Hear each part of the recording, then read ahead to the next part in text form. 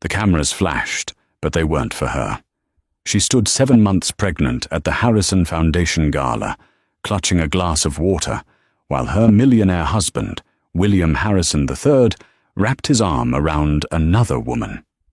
In front of all of New York high society, he raised a glass, not to his wife, but to his mistress, publicly humiliating the woman carrying his child. 5 years later, his company is crumbling, and the board is waiting on a new CEO to save them. The elevator doors open, and in walks his new boss. It's her. This isn't just a comeback, it's a takeover. The penthouse at 157 wasn't a home, it was a statement. Its floor-to-ceiling windows offered a godlike view of Central Park, a sprawling green carpet laid out 80 stories below. But to Catherine Harrison, the view felt like a cage. The glass was cold to the touch, just like the marriage it represented. Everything was glass and steel and shades of grey, a monochrome existence punctuated only by the astronomical price tags of the art on the walls. Catherine, now 7 months pregnant, traced the outline of a brittle, leafless tree in the park below. She was supposed to be happy. She was the wife of William Will Harrison III, the charismatic, ruthless heir to the Harrison global logistics empire. Their life was a curated series of press releases, glamorous trips, strategic philanthropic gestures, and now the joyous expectation of an heir. But the reality was silence. Will hadn't touched her, not really touched her, with affection, in months. He was a man of transactions. Their marriage had been a transaction. Her quiet, stable, old money family name, though the money was long gone, for his boisterous, new money empire that needed a veneer of class. The baby, she had hoped, would be the one thing that was real. The one thing that was theirs. She heard the whisper of the private elevator arriving. Will was home. He strode into the vast living room, loosening the dark silk tie of his bespoke Tom Ford suit. He didn't look at her, his gaze already fixed on the tablet in his other hand. "You're home early," Catherine said, her voice soft, hopeful. "Board meeting finished? Davies is still waffling on the Alistair Holdings merger," he muttered, tossing his jacket onto a $50,000 suede chair. Incompetent fool. He walked to the bar, pouring himself 3 fingers of Macallan 25. "Will, the gala is tonight," she reminded him gently. "The Harrison Foundation event. It's the big one." "I'm aware, Catherine. I'm paying for it." He took a sip, the ice clinking. "Isabella is handling the press. She's sorting out the seating charts." Isabella.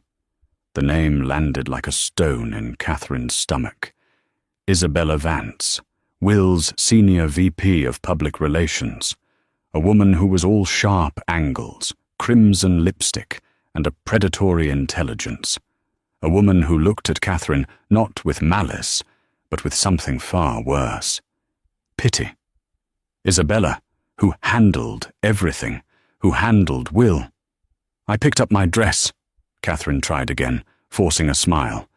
"It's a custom Lanvin. They did a beautiful job with the... you know." She gestured to her swollen stomach. "Good. Great." He was scrolling through emails. "Make sure you're ready by 7. The photographers will be there for the entrance. I need this to look good, Catherine. The Alistair board is watching. A stable family image is paramount." A stable family image, not a stable family. "Is Isabella... is she sitting at our table?" Catherine asked, already knowing the answer. "Of course," Will said, not looking up. "She's running the event.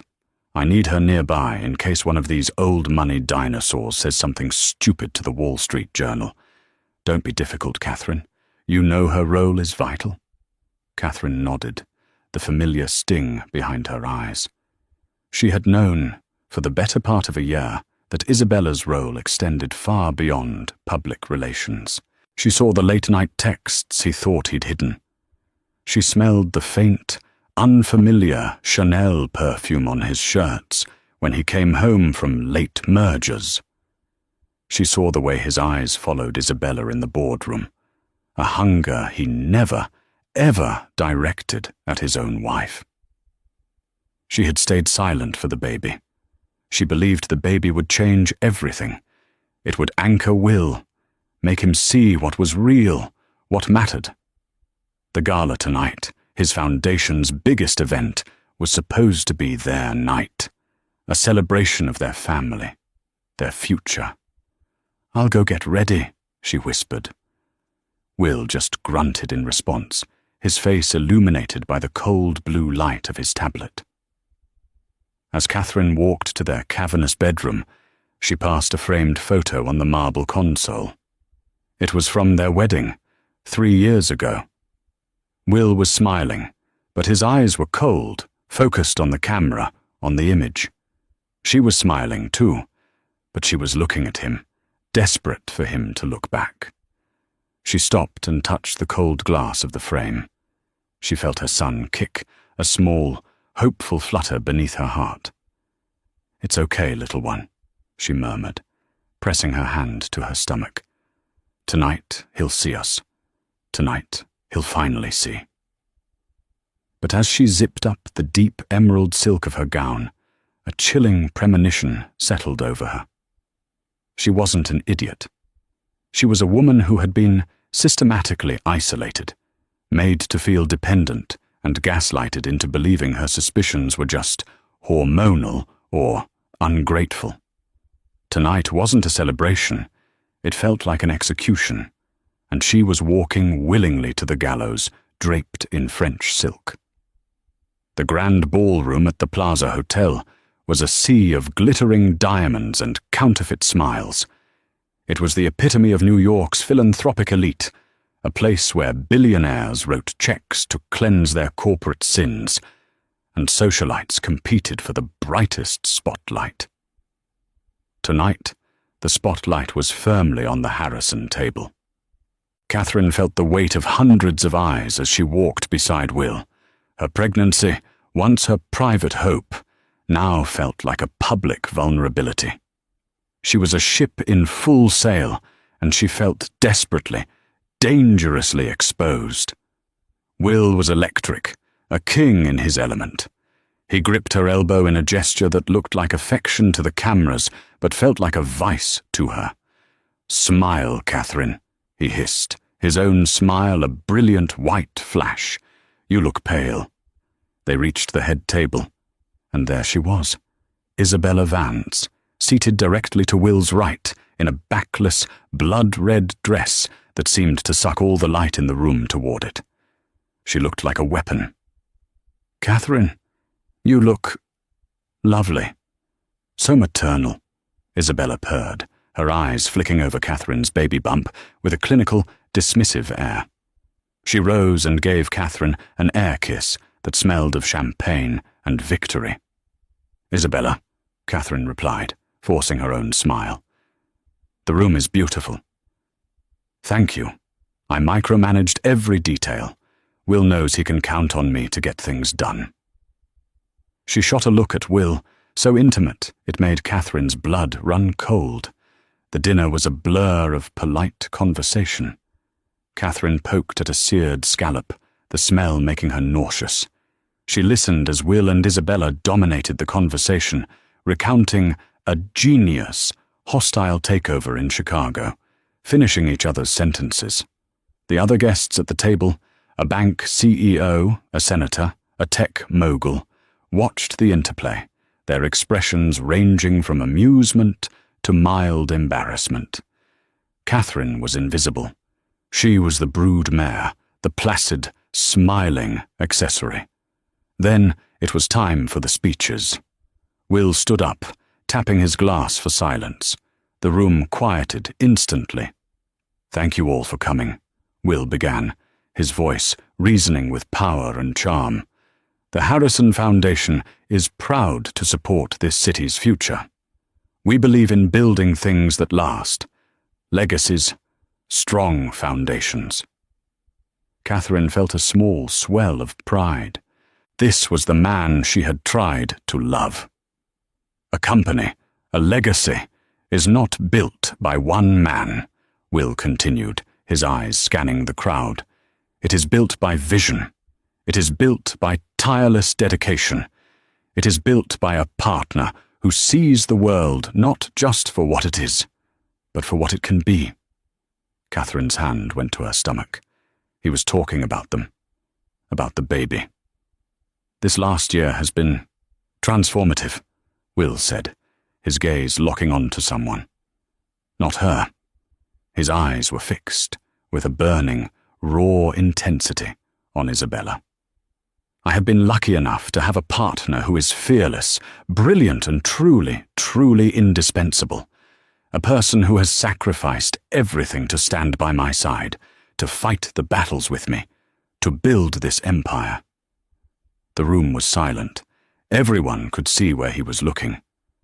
Catherine felt the blood drain from her face. This wasn't happening. So I want to raise my glass, Will said, lifting his champagne flute high. Not just to the foundation, but to the real architect of my success, the woman who is the future of the Harrison brand. He turned, beaming, and held his glass out to Isabella. To Isabella Vance. Isabella stood up, her red dress catching the light. She looked directly at Catherine, her smile a mask of triumph, and then turned back to Will, accepting the toast. The room erupted in confused, polite applause. The cameras flashed, capturing the moment. The millionaire toasting his mistress and his pregnant wife, frozen, staring at them, her face a perfect mask of horror. It was a public execution. He hadn't just admitted to the affair, he had celebrated it. He had declared Isabella his true partner and Catherine a glorified surrogate. Catherine stood up. The scraping of her chair was agonizingly loud. She didn't know where she was going, only that she had to move. She mumbled, "Excuse me," and walked as quickly and gracefully as she could toward the exit, her hand pressed against her stomach. She made it to the marble-floored corridor before the first sob tore through her. She ducked into a small alcove near the coat check, fighting for air. The click of heels on the marble floor stopped behind her. "You really shouldn't make a scene, Catherine." She turned. It was Will. His face was no longer charming. It was cold, hard, and angry. "How could you?" she whispered, the tears streaming hot on her cheeks. "In front of everyone? Our friends? You're bored? I'm carrying your child." "Don't be naive," he snapped, his voice a low hiss. "You knew what this marriage was. It was a contract. You fulfilled your part of the bargain. You're giving me an heir. But don't ever mistake your role for Isabella's." "My role," she choked out, disbelieving. "You are a placeholder, Catherine. A comfortable, appropriate placeholder. Isabella, she's my equal. She challenges me. She understands what I want. The merger with Alistair Holdings is next week, and I can't have a weak, sentimental woman on my arm. I need a killer. I need her." "So what am I?" Catherine asked, the tears stopping, replaced by a terrifying, icy calm. "What happens to me and the baby?" "You'll be fine," he said dismissively. "You'll have the Harrison name. The child will have a trust fund. You'll be comfortable. But we," he gestured back to the ballroom, "are over. I'm filing for divorce tomorrow. My lawyers will be in touch with you. They'll be very generous, as long as you are quiet and cooperative." He adjusted his tuxedo cuffs. "Now, I suggest you go home. My driver is waiting out front. I'm going back to the party. Isabella and I are celebrating." He turned and walked away, leaving her alone in the cold corridor, the sound of applause and laughter from the ballroom echoing behind him. She looked down at her emerald silk dress, now stained with her tears. He hadn't just left her.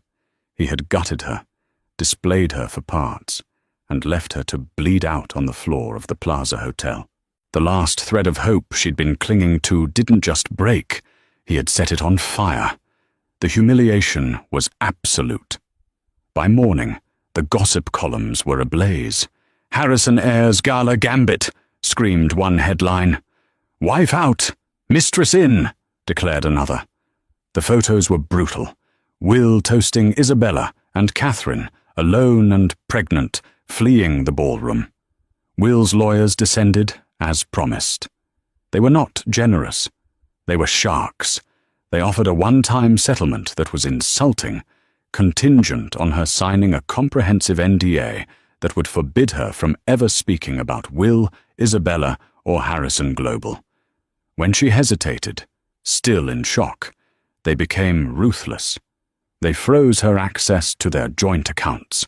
They claimed in a preliminary filing that she was emotionally unstable and a potential risk to the Harrison heir, using her heartbroken flight from the gala as proof.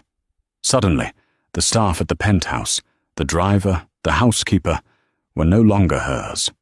They were Will's eyes and ears, reporting her every tearful phone call. She was a prisoner in her own home. She was forced to move into a small, sterile apartment, paid for by Will's lawyers on a month-to-month lease, a leash to ensure her compliance. The opulence of 157 was replaced by beige walls and cheap furniture that smelled of particle board and glue. She was alone, 8 months pregnant, and legally gagged. 2 weeks later, she gave birth to her son, Thomas, in a public hospital, alone. She called Will's office to inform him of his son's birth. His secretary informed her that Mr. Harrison was in negotiations in Zurich and would address the matter upon his return. He never called. He never came. He never saw his son. Catherine held her tiny, perfect baby in the sterile hospital room and made a vow. She would not be a victim. She would not be a footnote in William Harrison's biography. Her son would never know this weakness. Her heartbreak, so vast it felt like it would drown her, slowly, painfully, began to crystallize. It hardened from grief into a cold, diamond-hard resolve. A month later, a registered letter arrived at her apartment. It wasn't from Will's lawyers. The return address was in Mayfair, London. She didn't recognize the name, Richard Alistair. She opened it with trembling hands. It was a letter, old-fashioned, written on thick, cream-colored stationery. "My dearest Catherine, you do not know me. I am your mother's brother. We were estranged long before you were born, a family quarrel of no importance now. I have respected that estrangement, perhaps foolishly. I have been following your situation in the press. Your husband, William Harrison III, is the son of a man I despise. The old William Harrison was a thief who built his empire on stolen ideas. I see the apple has not fallen far from the tree. He is trying to merge with my company, Alistair Holdings. He will fail. I, however, have a problem. I am an old man. I am dying. And I have no heir. I have watched you from afar. You have your mother's resilience, but you also have my blood. I cannot let what I have built fall into the hands of vultures like the Harrisons. I am offering you a different life, a life of power. Come to London, you and your son. I will teach you everything I know. I will teach you how to build, how to command, and how to dismantle. I will give you the one thing that woman, Isabella, and your husband truly respect: control. When I am gone, Alistair Holdings will be yours. What you do with it is your own concern. But I suspect we share a mutual interest in seeing the Harrison empire brought to its knees. A car will be waiting outside your apartment building tomorrow at 10 a.m. If you are in it, your new life begins. If you are not, I will not write again. Your uncle, Richard Alistair Catherine, read the letter 3 times. It was insane. It was a lifeline. It was a weapon. She looked at her son, Thomas, sleeping in a borrowed bassinet. Will had left her with nothing. He had counted on her being weak, broken, and silent. He had made a fatal miscalculation. He hadn't destroyed her. He'd just given her a reason to live. The next morning, Catherine packed 1 small suitcase with clothes for herself and Thomas. She left the insulting divorce papers, unsigned, on the cheap laminate kitchen counter. She left the keys to the apartment. At 10 a.m., a black, unassuming sedan pulled up to the curb. A man in a simple dark suit got out and opened the rear door. "Ms. Harrison?" "It's Alistair," Catherine said, her voice clear and steady for the first time in months. "My name is Catherine Alistair." She strapped her son into the car seat, got in, and didn't look back as the car pulled into traffic, heading for the airport. She wasn't fleeing. She was advancing in a new direction. The next 5 years were a brutal, relentless education. London was not a refuge, it was a forge. Richard Alistair was a titan of industry, a cold, brilliant man who saw the world in terms of assets, liabilities, and leverage. He wasn't a warm uncle. He was a mentor, a drill sergeant, and a kingmaker. He adored his grandnephew Thomas, but with Catherine, he was merciless. "You're thinking with your heart, Catherine," he would bark at her during their 6 a.m. breakfast meetings in his Mayfair townhouse. "Your heart is a liability. Your husband counted on that. Do not make the same mistake." She started in the mailroom of Alistair Holdings, a sprawling European logistics and private equity firm. She learned the business from the ground up. She worked 18-hour days, while a nanny, paid for by Richard, cared for Thomas. She earned her MBA at night from the London School of Economics. She learned finance, corporate law, and mergers and acquisitions. She learned how to spot a weakness in a balance sheet from a mile away. The soft, hopeful woman who had cried in the plaza was gone. In her place was Catherine Alistair, CIO. When Richard passed away peacefully 2 years into her training, the board, at his ironclad direction, voted her in as his successor. She was terrifyingly competent. She was cold, precise, and fair. She expanded Alistair Holdings into new markets, her strategies so aggressive they bordered on predatory. She didn't just command respect, she manufactured it. Her London office was the opposite of Will's penthouse. It was warm woods, leather-bound books, and soft lighting. On her desk, there was only one photo, a smiling 4-year-old Thomas on a pony in the English countryside. Meanwhile, back in New York, Harrison Global was rotting from the inside. Without Catherine's stabilizing influence, and Richard Alistair's company as a potential and now impossible merger, Will's worst instincts had taken over. He and Isabella, whom he had married in a lavish, garish ceremony in Lake Como, were the new king and queen of conspicuous consumption.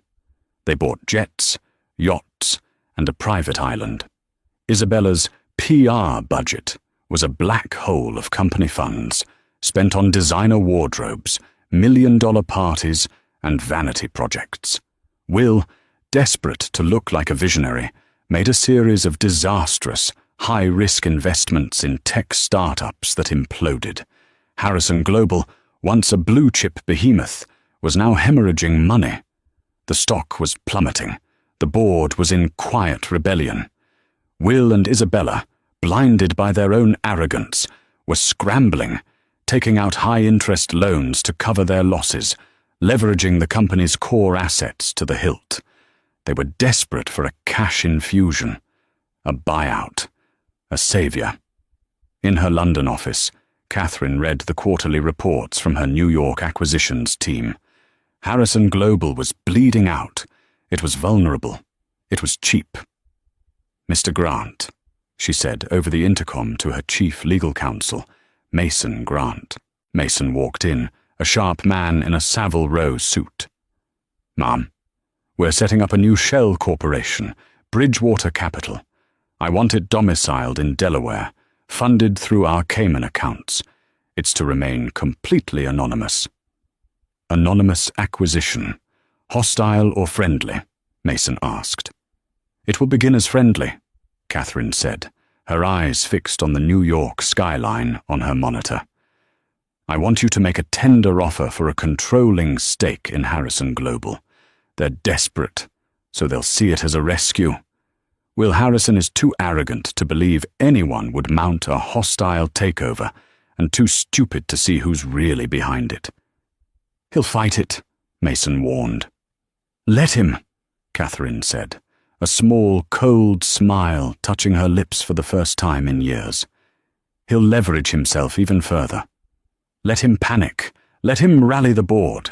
And when he's exhausted all his options, Bridgewater Capital will go hostile. We'll buy their debt. We'll buy their outstanding stock. We will buy him." "Understood. And when the acquisition is complete?" Catherine stood and walked to the window, looking out over the grey London rain. "When it's complete, you will schedule an emergency board meeting at Harrison Tower. I'll be attending. Personally." The boardroom on the 50th floor of Harrison Tower was thick with the smell of old money and new panic. The long, polished mahogany table reflected the grim faces of the board members. William Harrison III paced at the head of the table, his face slick with sweat, his usual bravado cracked and flaking. Isabella Harrison sat at his right, her knuckles white as she gripped her phone. Her flawless mask of makeup couldn't hide the frantic energy in her eyes. "This is an ambush!" Will shouted, slamming his hand on the table. This Bridgewater Capital, it's a vulture fund. They came in pretending to be a partner, and they've spent the last 6 weeks buying our debt, poaching our shareholders. It's a hostile takeover, plain and simple. A takeover you allowed, Will," said Michael Davies, the oldest board member, his voice dry as paper. "You leveraged the company to the brink to cover your expansion projects. This board warned you. You are the one who put the for sale sign on our front door." "We can fight this," Isabella interjected, her voice a little too sharp. "We can file an injunction. You can do nothing, Mrs. Harrison," Mason Grant said, standing by the door. He was the only calm person in the room. "The sale was finalized. As of 9 a.m., Bridgewater Capital acquired a 51% controlling stake in Harrison Global. The new owner has called this meeting." Will stopped pacing. "Owner? Who? Who is it? Who's behind this? I'll double their offer. The main boardroom doors slid open with a heavy, expensive whoosh. All heads turned. First, 2 associates from Mason Grant's law firm walked in, carrying briefcases. Then, Mason stepped aside, and she walked in. Catherine Alistair. She was not the woman they remembered. The soft, mousy wife was gone. This woman was sculpted from steel. She wore a bespoke navy blue power suit that was severe and elegant. Her hair, once a gentle brown, was a sleek, dark chestnut, pulled back in a chignon that highlighted the sharp intelligence in her eyes. She radiated an aura of absolute, untouchable control. The room went tomb silent. Will's mouth opened, but no sound came out. He stared as if he'd seen a ghost. Isabella's crimson-painted lips parted in a silent, "Oh." She recognized the look of a predator. Catherine walked slowly, deliberately, to the head of the table. She placed her leather satchel down, not on the chair beside Will, but on the chair at the head of the table. Will's chair. She looked at him. Her expression was not angry. It was not hateful. It was not even satisfied. It was neutral, the way one might look at a piece of furniture that was in the way. "You're in my seat, Will," she said. Her voice was quiet, with a clipped transatlantic accent honed in London. Will just stared, sputtering. "Catherine, what is this? What are you doing here?" "She's here," Mason Grant announced, as the sole proprietor and CEO of Bridgewater Capital, which, as you know, is a wholly owned subsidiary of Alistair Holdings. Catherine finally turned her gaze to the stunned board. "Good morning, gentlemen.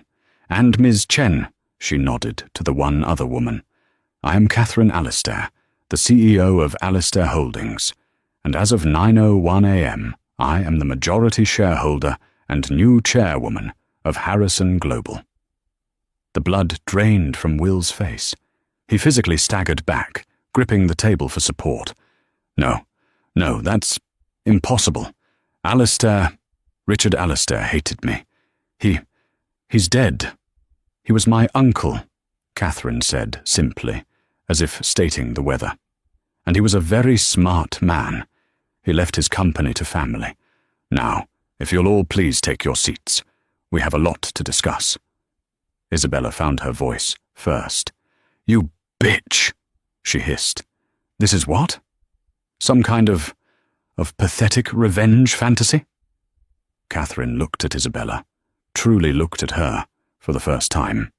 She tilted her head, a scientist examining a microbe. "Revenge? Mrs. Harrison, this is a corporate restructuring. Harrison Global is a failing company with bloated executive leadership and catastrophic debt. I am here to fix it. This isn't personal, it's just business." She turned to the board, who were watching this with a mixture of terror and awe. "My first act as chairwoman," Catherine continued, her voice crisp, "is to announce a full, external and forensic audit of the last 5 years of executive expenses, all PR and marketing budgets, and all private travel." Isabella's face went from red to a ghostly white. "My second act," Catherine said, "is to schedule immediate performance reviews for all senior executive staff. My team will be handling them." She looked at Will. "We'll start with your division, Will. I believe you're head of acquisitions? We should discuss those failed tech startups." Will was shaking. "You can't. This is my company. My father." "Your father's company," Catherine corrected him, "is now my company. You are, as of this moment, an employee. And frankly, Mr. Harrison, your performance has been deeply unsatisfactory. Mr. Davies, please move. I believe Mr. Harrison needs to sit down." She took her place at the head of the table. The king was dead. Long live the queen. The audit was not a review. It was an autopsy. Catherine's team of forensic accountants, led by Mason Grant, descended on the executive floor of Harrison Global like a wolf pack. They were not interested in spreadsheets.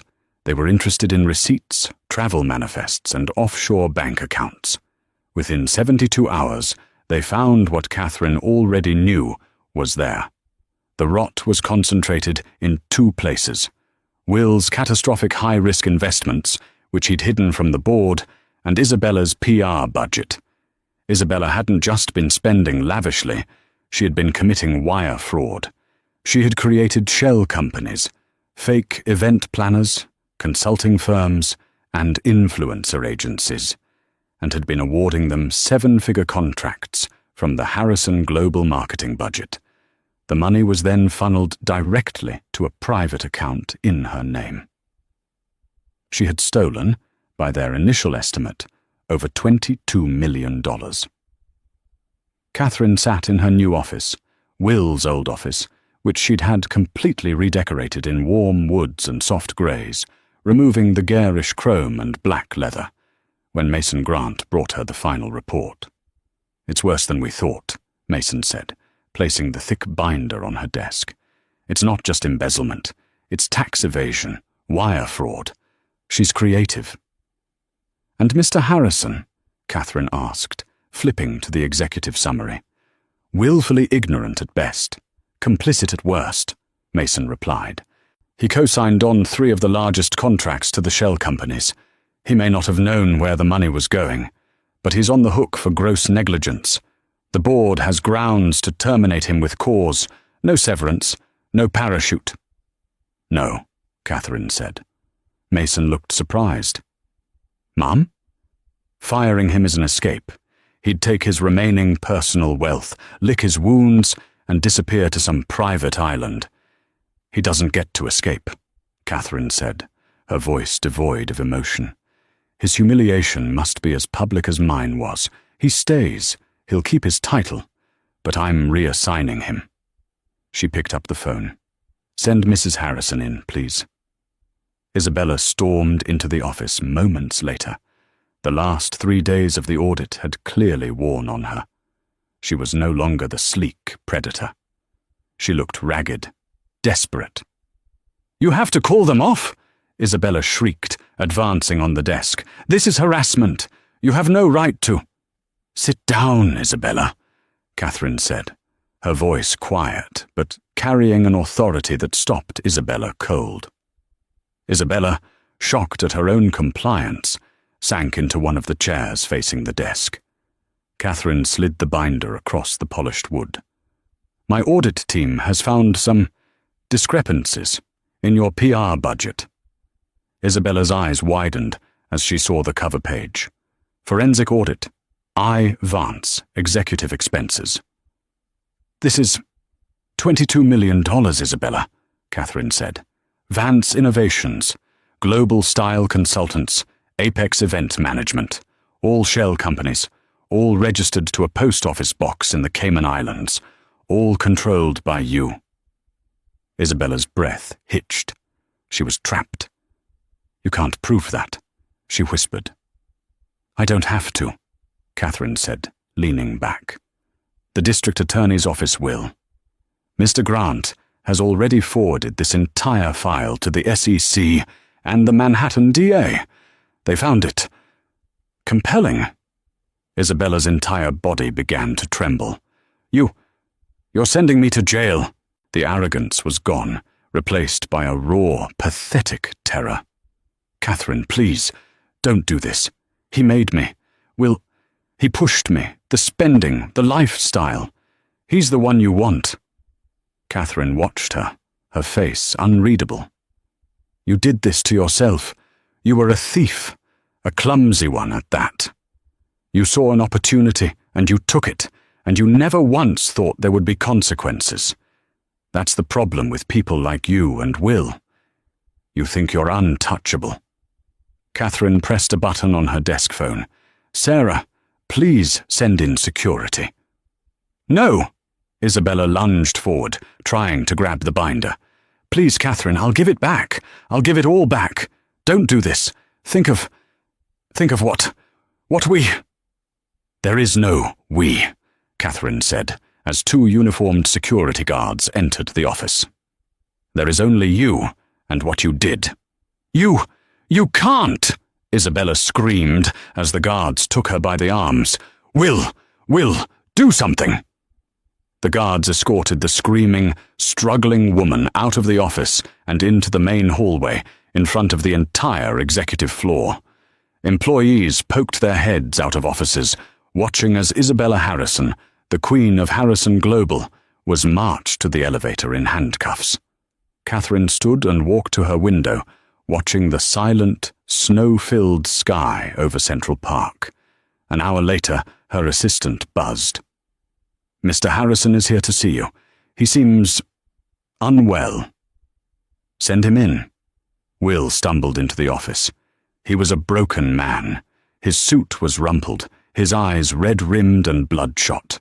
He had clearly been watching from the sidelines as his wife was arrested. They took her, he whispered, slumping into the chair Isabella had just vacated. They arrested her, Catherine, in the lobby. The press was there. How did the press get there? I sent a release, Catherine said, sipping her tea. A proactive statement about the company's new leadership taking a zero-tolerance policy on executive fraud. Will stared at her, the reality of his situation finally dawning. He wasn't her partner. He wasn't her equal. He wasn't even her enemy. He was just collateral damage. "What do you want?" he begged, his voice cracking. "My money. The house. It's yours. Just call them. Tell them it was a mistake, a misunderstanding. You can fix this." "I am not fixing this, Will. I am cleaning it. She stole from my company. She's a criminal. And you," Catherine said, her gaze hardening, "are an idiot. You signed off on it. You were so blinded by your own arrogance and so desperate to maintain your lavish lifestyle that you didn't even bother to read what you were signing. So fire me," he yelled, a pathetic attempt at his old bravado. "Fire me, ruin me, get it over with." "Fire you?" Catherine almost laughed. "No, Will, you're not getting off that easy. As of tomorrow, you are being reassigned." "Reassigned? To where?" "Harrison Global owns a number of subsidiaries, including," she pulled up a file on her computer, "a 20,000-square-foot warehouse in Red Hook, Brooklyn. It's our legacy document storage facility. It's where we send all our paper files from before 2005. It's cold, it's damp, and the Wi-Fi is terrible." Will's face went white. "A warehouse? You will be the director of legacy archives. Your job will be to digitally scan and catalogue 3 decades of shipping manifests. You will report to the head of logistics, a Mr. Peterson, who, I believe, you demoted 5 years ago. You will keep your salary. You will keep your title. But you will spend the rest of your career in a concrete box, looking at paper. You wanted to build a legacy, Will. Now you get to archive one." He couldn't speak. It was a sentence worse than firing. It was erasure. She was making him invisible, just as he had done to her. "Get out of my office, Mr. Harrison," Catherine said, turning back to her computer. "You have a long commute tomorrow." 6 months passed. Harrison Global, under Catherine's leadership, was being rebuilt. She had restructured the debt, sold off the toxic assets, including the jet, the yacht, and the private island, and infused the company with Alistair's cutting-edge logistics technology. The stock was stable and beginning to climb. The board, once terrified of her, now worshipped her. Will Harrison had vanished. He was a ghost within his own company. He did as he was told, driving his modest sedan from his now empty penthouse, which was on the market, as he could no longer afford the maintenance, to the cold warehouse in Red Hook. He spent his days in a windowless room, the click of the industrial scanner the only sound. He was a laughing stock, the man who had everything, reduced to a file clerk by the wife he'd thrown away. He had tried, twice, to resign. Both times, Catherine's legal team had reminded him that his employment contract had a 5-year non-compete clause, which she intended to enforce. If he quit, he couldn't work in logistics, the only industry he knew anywhere in North America. He was trapped. One evening, Catherine was working late, finalizing a new merger. Her assistant had long since gone home. The only light on the 50th floor was from her office. There was a knock. She looked up.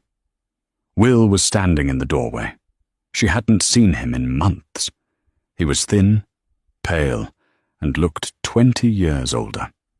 His expensive suit hung off him. "They won't let me up here," he said, his voice raspy. "I had to use the fire stairs. I have to talk to you." Catherine looked at him for a long moment, then nodded to the chair. "You have 2 minutes." He sat down, his hands trembling. "Isabella, she's taking a plea. 10 years. They're taking everything." "That is the consequence of her actions," Catherine said. I know. He swallowed, looking at the floor. I get it, okay? You win. You won. You took the company. You ruined me. You ruined her. You've had your revenge. It's It's done. I told you, Will, this was never revenge. This was a hostile takeover. You were a bad investment. You were incompetent, and you were running this company into the ground. I saved it. No, he said, looking up, his eyes suddenly burning with a new, different kind. This is a new, different kind of pain. This is revenge. Be honest, just once. This was all for what I did to you, at the gala, with the baby. Catherine was silent. The baby, he whispered. Our son. Catherine, I want to see him. Catherine's face, which had been a mask of corporate ice, finally changed. The neutrality vanished, replaced by a slow-burning, Arctic fury that was more terrifying than any rage. You want to see him? She repeated. Yes, he's my son. My heir. I have a right. A right? Catherine stood up, her voice a low, dangerous growl. You have no rights. You lost them when you sent your secretary to tell me you were in Zurich. You lost them when you never called, never visited, and never once asked if he was alive. You lost them when you tried to leave me, your pregnant wife, with nothing, calling me unstable in a court of law to try and take him from me. I was angry. Isabella. You were you, Catherine snapped. That was all you. He doesn't have a father. He has an uncle who taught his mother how to be strong. He has a name, Thomas Alistair. My name. Alistair. You took my name from him? You took your name from him, she said, walking around the desk to stand in front of him. You don't get to claim him now, Will. Not because you're broken, not because you're lonely, not because your mistress is in prison and you have nothing left. He is not your consolation prize. Will finally broke. He slumped forward, his face in his hands, and began to sob. Gut-wrenching, pathetic sounds of a man who had truly, finally, lost everything. Catherine watched him for a full minute, her expression cold. She remembered crying like that, alone in a cheap apartment, while he was celebrating with Isabella. This is the final transaction, Will, she said. He looked up, his face a mess. What? I am buying you out? She tossed a file onto the desk. This is a severance agreement. I'm waiving your non-compete clause. In exchange, you will sign this. It terminates your parental rights to Thomas. Officially, legally, forever. You want me to sell my son? He choked out. You already did, Catherine said. You sold him for a newer model, for a few more years of arrogance. This is just the paperwork. Sign it, and you are free. I'll buy your remaining, worthless stock options at yesterday's market price. It's enough for you to disappear. Go to Monaco, or Singapore. Start over. Or don't, I don't care. But you will never, ever contact me or my son again. Will stared at the paper. His signature. For his son. He picked up the pen. He was shaking so badly he could barely hold it. He looked at Catherine, searching for one last flicker of the woman he'd married. He found nothing. Only the CEO. He signed the paper. Get out, Catherine said. He stood up, a hollowed-out man, and walked out of her office for the last time. Catherine Alistair stood at her window, looking out at the glittering lights of her city. She was alone, but she was not lonely. She was in control. She picked up her phone and dialed. Hi, sweetheart, she said, her voice instantly warm, all the ice melting away. Yes, I'm just leaving the office. Of course I'll be home in time to read you a story. I love you, Thomas. She hung up, grabbed her coat, and walked out of the dark, silent office. The signed confession of William Harrison's ultimate failure sitting alone on her desk. The fluorescent lights of the JFK International Terminal at 2:30 a.m. were a merciless, buzzing yellow. William Harrison III sat at gate 42, his flight to Singapore delayed by an hour. He was just a man in a rumpled, off-the-rack suit, his face pale and puffy. He held a styrofoam cup of bitter, cold coffee. The severance agreement had been wired. It was a substantial sum, enough to live on, but it was finite. It was the last money he would ever earn from the company his grandfather had built. He was invisible.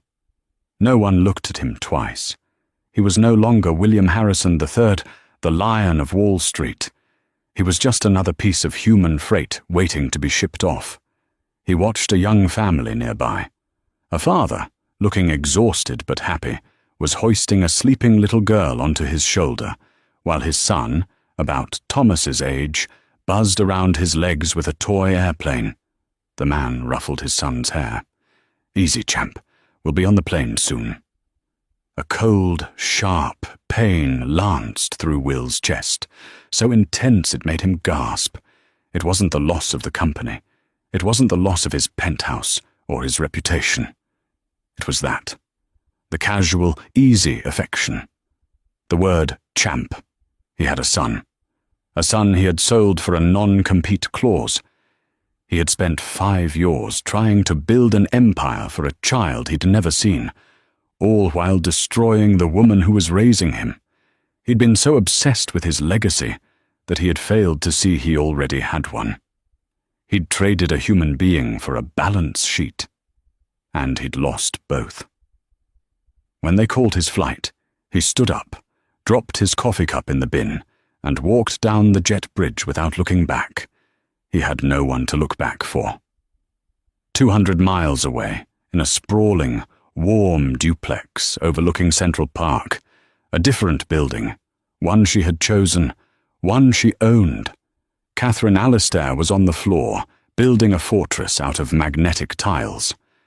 "And the dragon can't get in," her 5-year-old son Thomas declared, placing the last triangular piece on top. "He certainly can't," Catherine said, smiling. "This is the strongest fortress in the entire kingdom. Sir Thomas, you have saved us." This was the real Catherine. The suit was gone, replaced by soft cashmere joggers and a simple t-shirt. Her hair was in a messy ponytail. The office was steel and glass, but her home was plush rugs, overflowing bookshelves, and the faint, sweet smell of baked cookies. On the wall was not cold, abstract art, but a giant, joyful finger painting Thomas had made, framed as if it were a Picasso. She had just finished reading him Where the Wild Things Are, and now it was time for bed. She tucked him into his sheets, which were covered in rocket ships. "Mum?" he asked, his voice small in the dim light of his room. "Yes, my love?" At school today, Leo was showing everyone pictures of his dad. They went to the zoo. He paused, his bright little mind working. "Mom, I don't have a dad, do I?" The ice from the boardroom threatened, for a moment, to creep into her veins. It was the question she had been dreading for a year, the last ghost of William Harrison haunting her son's bedroom. She could lie. She could invent a story about a hero, a traveler, someone who had passed away. But she had rebuilt her life on a foundation of absolute truth. Lies were what Will and Isabella had used. They were weak. She sat on the edge of his bed and took his small hand. "You do have a father, sweetheart," she said, her voice soft but firm. "Everyone does. But your father, he was a man who didn't know how to love. He was a man who made very bad choices. He hurt people. And he hurt me." Thomas's eyes were wide, trying to understand. "Did he hurt me?" "No, he never got the chance," Catherine said, brushing his hair back. "Before you were born, I knew he wouldn't be a good father. He didn't know how to be kind or safe. And my most important job in the whole world, more important than running the company, is to keep you safe. So, I made a choice. I decided it would be just you and me. We would be our own team. And we are, aren't we? The Alistair team, he whispered, a little smile returning. The Orlistair team, she confirmed, kissing his forehead. You don't need to worry about him. He's gone, and he can never, ever hurt us. You have me. You have your nanny, Maria. And you have all the love you will ever need, right here. I have enough for 10 fathers. He seemed to accept this, the truth, simple and clean. He hugged her neck tightly. I love you, Mum. You're the boss. I love you, Thomas. Now go to sleep. She watched him for a long time as his breathing evened out. She had defeated Will in the boardroom. She had exiled Isabella to a prison cell. But this, right here, was the real victory. This was the final, definitive act of erasing Will's poison from her life. She had protected her son, not with a fortress of tiles, but with the truth. A month later, Catherine stood at the head of the old Harrison boardroom table. It had been refurbished, the dark, imposing mahogany replaced with a light, warm oak. Thank you all for coming, she said to the board. I have one final piece of restructuring to announce. The board members, including a grateful Michael Davies, whom she had promoted, looked on. For years, this company operated the Harrison Foundation as a vanity project, a PR shield for its CEO's ego. It did nothing. It built nothing. As of today, I am dissolving it. A few murmurs. That was a big move. In its place, Catherine continued, a new energy in her voice. I am pleased to announce the launch of the Alistair Grant program. It will be a real foundation, endowed with $50 million from the company's new profits. She clicked a remote, and an image appeared on the screen. It wasn't a corporate logo. It was a photo of a young, struggling woman holding a baby. The Alistair Grant program, she said, her voice ringing with a passion they had never heard, will be dedicated to providing capital, legal aid, and financial literacy training to single parents, specifically mothers, who are trying to re-enter the workforce or start their own businesses. We will not be a charity. We will be investors. We will invest in the people no one else will, the people who are overlooked, underestimated, and counted out. She looked around the room, making eye contact with every person. I built Alistair Holdings on a simple principle. Find an undervalued, failing asset and rebuild it into something strong, efficient, and powerful. That is exactly what this grant will do. But this time, we won't be investing in broken companies. We'll be investing in broken lives. She looked out the window. It was the same view she had stared at as a prisoner in her own home, 7 months pregnant and terrified. But she wasn't a prisoner anymore. She wasn't just the owner. She was the architect, and she was finally, truly, building something that would last. What a story of betrayal and ultimate triumph. From a publicly humiliated, pregnant wife to the CEO of the very company that cast her out, Catherine Alistair proved that the best revenge isn't just living well, it's a hostile takeover. She didn't just get even, she got everything. What did you think of Will's ultimate fate? Was it too harsh, or did he get exactly what he deserved? And what about Isabella? Let me know in the comments below what your favorite twist in this story was. If you loved this story of justice and revenge, please hit that like button, as it truly helps the channel. Don't forget to share this video with someone else who loves a story where the underdog comes back to run the whole show. And most importantly, make sure you subscribe and ring that notification bell so you never miss another one of our dramatic, real-life stories. Thanks for listening. Millionaire let mistress slap pregnant wife at dinner, then asked her to apologize. A lavish dinner at the newly reopened Harrington Hall Hotel in downtown London was meant to be a triumphant display of wealth and prestige. Instead, it became the scene of an unthinkable betrayal. An affluent businessman allowed his mistress to strike his pregnant wife in front of horrified onlookers, and then demanded that his wife apologize for the drama. Whispers of scandal raced across the city, mixing pity with morbid curiosity. What kind of man would sanction such cruelty? What desperation would drive a mistress to violence? And most hauntingly, why did the pregnant wife, who carried new life within her, remain silent? Alexander Harrington was a name whispered with reverence in the corridors of power. At 36, his name was etched into the rosters of Forbes' 30 Under 30 list years ago. People spoke of him as a financial prodigy, a genius with an uncanny ability to turn every venture into gold. But behind the immaculate suits and carefully rehearsed PR interviews, there was a man driven by desperation, insecurities, and an unquenchable thirst for more money, more fame, more love, and above all, more control. Alexander was the third son of Gregory Harrington, the founder of Harrington Global Holdings. Gregory was known for his sharp business acumen and had played a part in launching multiple successful ventures with high-profile partners. Rumor once held that even Elon Musk had considered investing in one of Gregory's up-and-coming tech subsidiaries. As patriarch of the Harrington family, Gregory never failed to remind Alexander that no matter how high he soared, he still had to answer to the family legacy.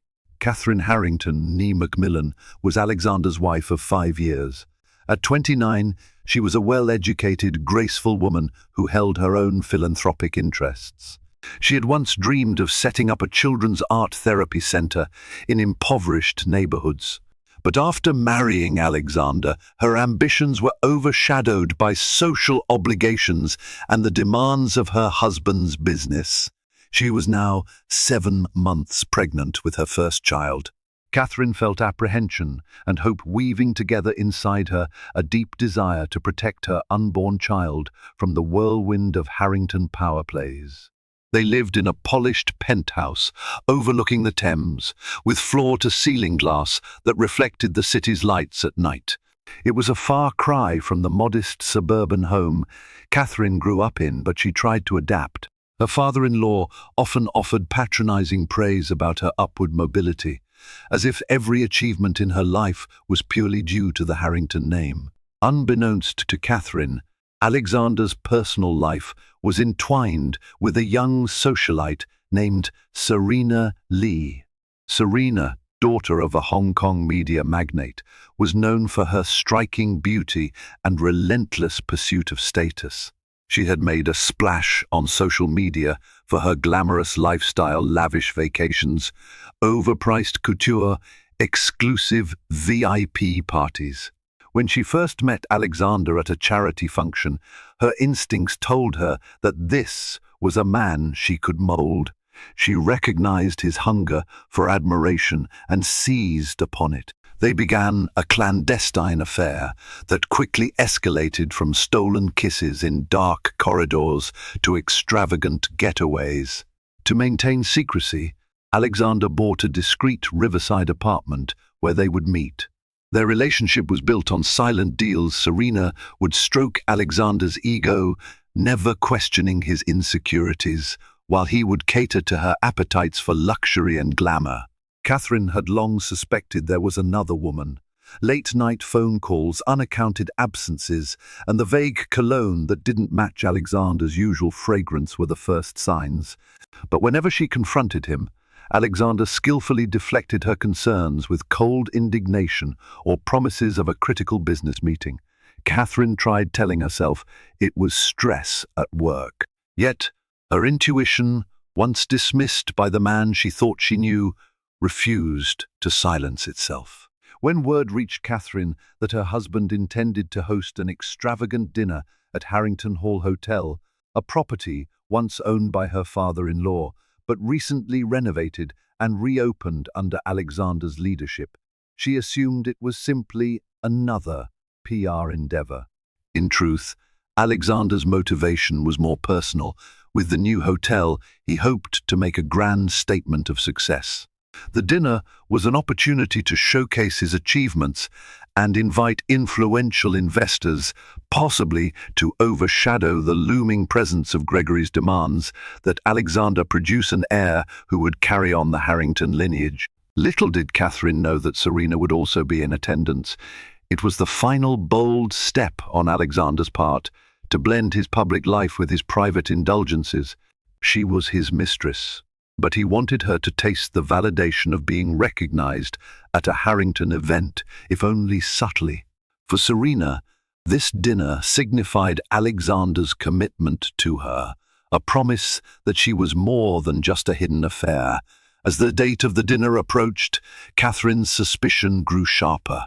Why did Alexander insist on such careful seating arrangements? Why was he nervously checking his phone every few minutes, only to lock it whenever she glanced over his shoulder? In the grand scheme of the Harrington Empire, elaborate parties were commonplace, but something about this one felt distinctly different. Behind the scenes, Catherine discovered a new wave of rumors swirling among the family staff that a high-profile guest was making special demands that contradicted Catherine's known preferences. Although the staff avoided giving Catherine direct answers, she couldn't ignore the gnawing sense of dread. Something was about to happen, and it wasn't just another business deal. She might have walked away, but her unborn child turned those thoughts of leaving into something terrifying. How could she stand alone against the Harrington power structure? The night before the dinner, Catherine found herself gazing at her reflection in the mirror, gently caressing her round belly. She whispered to the child inside, promising that she would protect them at all costs. She had no idea that the events about to unfold would force her to make a choice between her own self-worth and her child's future safety and shatter whatever illusions she still clung to about her husband's character. The grand reopening of the Harrington Hall Hotel was London's event of the season. The black granite facade gleamed under brilliant floodlights, a testament to the hotel's massive renovation budget. The Harrington name was emblazoned in glowing gold letters near the main entrance, and as guests began to arrive, uniformed staff ushered them into a sumptuous lobby adorned with fresh roses and an immense crystal chandelier. Catherine arrived in a sleek limousine provided by the Harrington family. Despite the swirl of opulence, a knot formed in her stomach. She wore a midnight blue gown that draped gracefully over her pregnant figure. Her stylist, personally chosen by Alexander, had suggested that the color would reflect elegance and quiet confidence. Yet Catherine felt exposed, sensing every stare from strangers and acquaintances alike. She plastered on a courteous smile, acknowledging congratulatory remarks on her pregnancy while ignoring hushed whispers behind polite smiles. For tonight, she was determined to maintain her composure, believing that the dignity of the Harrington name required it. Inside the ballroom, gilded arches and velvet drapes framed a scene of glittering champagne flutes and murmured chatter. The guest list featured politicians, celebrities, investors, and old-money aristocrats, many of whom Catherine barely knew. Gregory Harrington held court near the stage, casually talking with Lord Frampton, an influential figure from the House of Lords. Every so often, Gregory would glance at Catherine, his gaze cool and evaluative. She offered him a polite nod, trying to ignore his judgmental stare. She knew all too well that Gregory had never quite approved of her, considering her an outsider who lacked the aristocratic lineage he valued. Alexander was in his element. Weaving through the crowd like a seasoned politician, he exchanged handshakes and jokes with ease, sprinkling charming compliments whenever necessary. A proud grin laced his features whenever he spoke of the hotel's revival. At times, Catherine spotted Serena Lee across the room, her lithe figure draped in a crimson gown. She was breathtakingly beautiful. Serena's eyes shimmered like polished onyx, and she moved with the poise of a dancer. Guests gave her a second glance, trying to identify the mysterious woman. Catherine noticed Alexander's fleeting looks in Serena's direction, rife with unspoken promises. Anxiety clawed at Catherine's heart. As the evening progressed, the grand dinner was announced. Round tables clothed in white linen filled the dining hall, each set with elaborate centerpieces of peonies and orchids. Catherine took her seat next to Alexander at the main table, where Gregory was also seated. Moments later, Serena confidently approached and eased herself into a chair just across from Catherine, an unusual courtesy that raised more than a few eyebrows. Whispers rippled through the table. Some recognized her from society events, but no one was quite sure why she was placed at the center of the Harrington circle. Catherine tried to maintain composure, her hand drifting protectively to her belly. Despite the tension, dinner began with superficial politeness. Servers brought out the first course, a delicate scallop ceviche, accompanied by a champagne sorbet palate cleanser. Catherine took small, cautious bites, feeling her stomach churn more from dread than from pregnancy discomfort. Gregory broke the silence at the table with booming praise for Alexander, extolling his vision and success in reopening the hotel. Alexander, grateful for the compliment, boasted about the overwhelming demand for reservations and how the Harrington brand's expansion into hospitality was sure to earn them global recognition. All the while, Serena offered supportive smiles and subtle glances that were not lost on Catherine. Then came the moment Catherine had feared, a subtle change in the conversation's tone. Serena leaned forward, her voice dripping with admiration as she praised Alexander for his unwavering dedication and astounding generosity. The subtext was clear. She wanted people to know she was intimately aware of Alexander's personal qualities. Gregory arched an eyebrow, momentarily puzzled, but then resumed his measured smile. It was as though time slowed when Serena suddenly decided to address Catherine directly. She tilted her head in feigned concern, inquiring about Catherine's pregnancy. "How are you feeling, my dear?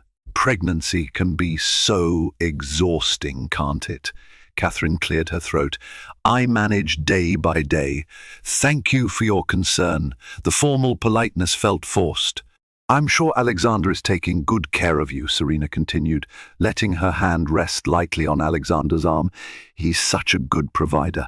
Across the table, the temperature seemed to drop. Gregory's polite expression turned wary, while Catherine's cheeks burned. She could taste the humiliation in the back of her throat. Alexander, however, merely gave a half smile and allowed the contact, as though wanting the tension to build. Someone near them initiated small talk about a new philanthropic initiative, momentarily diffusing the awkwardness. Yet Catherine's mind was spinning. Her gaze darted from Alexander's hand, which lingered near Serena's, to the faces of the surrounding guests, who were simultaneously curious and apprehensive. She could sense the forming scandal, and it made her dizzy. She wanted to leave, but she stayed, pinned by the weight of her unborn child and the knowledge that walking away from the Harrington empire was more complicated than simply pushing back from a dinner table. Suddenly, the next course arrived, roasted duck with balsamic reduction. Catherine glanced at the dish, feeling her stomach clench. She quietly whispered to a passing waiter, requesting water instead of wine. She was beginning to think she could endure the rest of the evening if she focused on her child's well-being, ignoring the blatant signals passing between Alexander and Serena. But deep in her soul, she knew the bubble of forced civility was about to burst.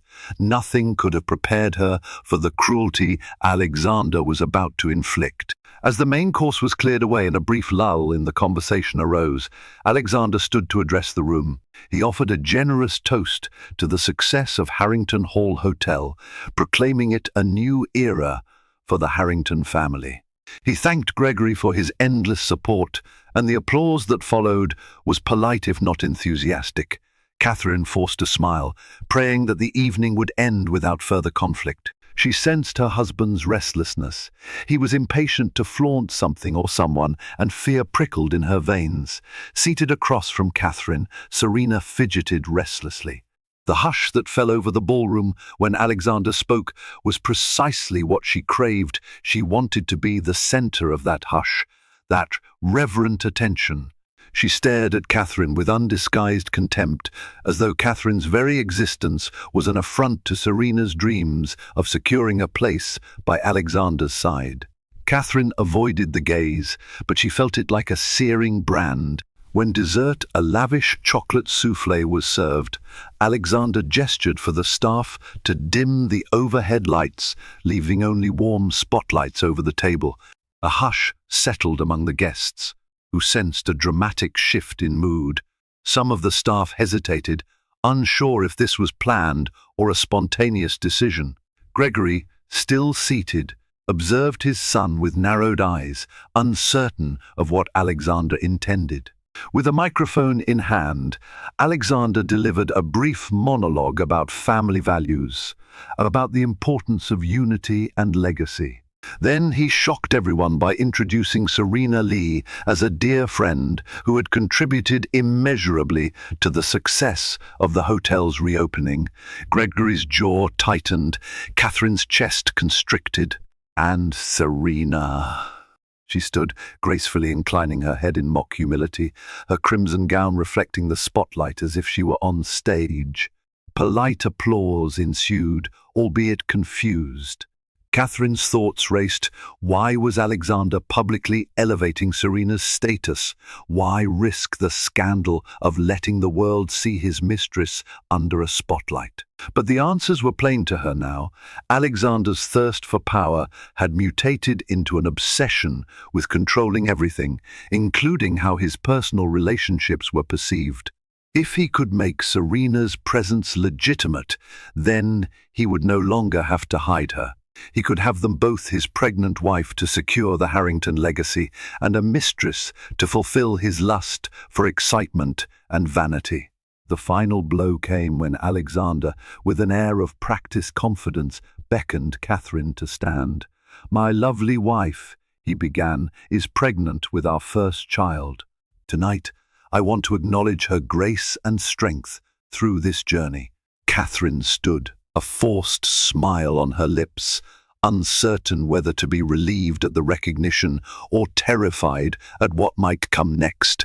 Drawing the hush of the entire ballroom, Alexander continued, "She and Serena share a bond of admiration for the Harrington family, and I believe we should offer both of them our gratitude for supporting our endeavors."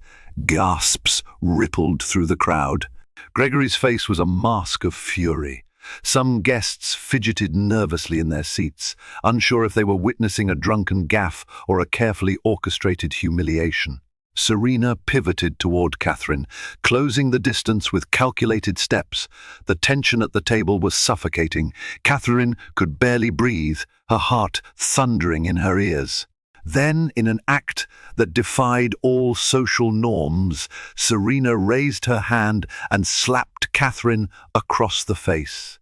Hard, the sound reverberated in the stunned silence of the ballroom. Catherine staggered backward, her hand flying up to her cheek in disbelief. In that moment, chaos erupted. Several guests stood in protest, outraged by the violence they had just witnessed. Gregory slammed a fist onto the table, demanding an immediate explanation. Staff rushed forward, uncertain whether to intervene or wait for orders. Even as Catherine stood there, eyes welling with tears, her cheek stinging, her mind in shock, Alexander did the unthinkable. He took hold of Catherine's arm, not to comfort her but to keep her standing in place. His voice was low, menacing. "Apologize," he hissed, ensuring that only Catherine could hear the command. Though his grip alone signaled to onlookers he was not on her side. It took Catherine a moment to register his words. She blinked, her vision blurring with tears. "What?" she stammered, disbelieving. "Apologize to Serena," Alexander repeated, louder this time, causing the crowd to stop in horrified curiosity. Her world spun. The magnitude of the betrayal stole her breath.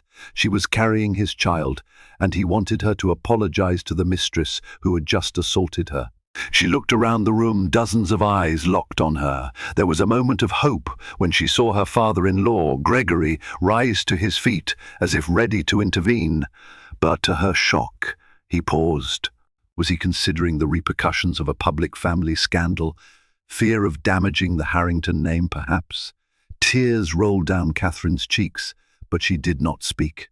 A primal rage began to replace the humiliation. She might have remained silent if not for a single voice, quiet yet firm, speaking up from another table. It was Natalie Brown, an old friend of Catherine's from university. She had arrived at the dinner almost accidentally, invited by a mutual acquaintance. "This is insane, Alexander," Natalie said, loud enough for the entire hall to hear. "You can't treat her like this."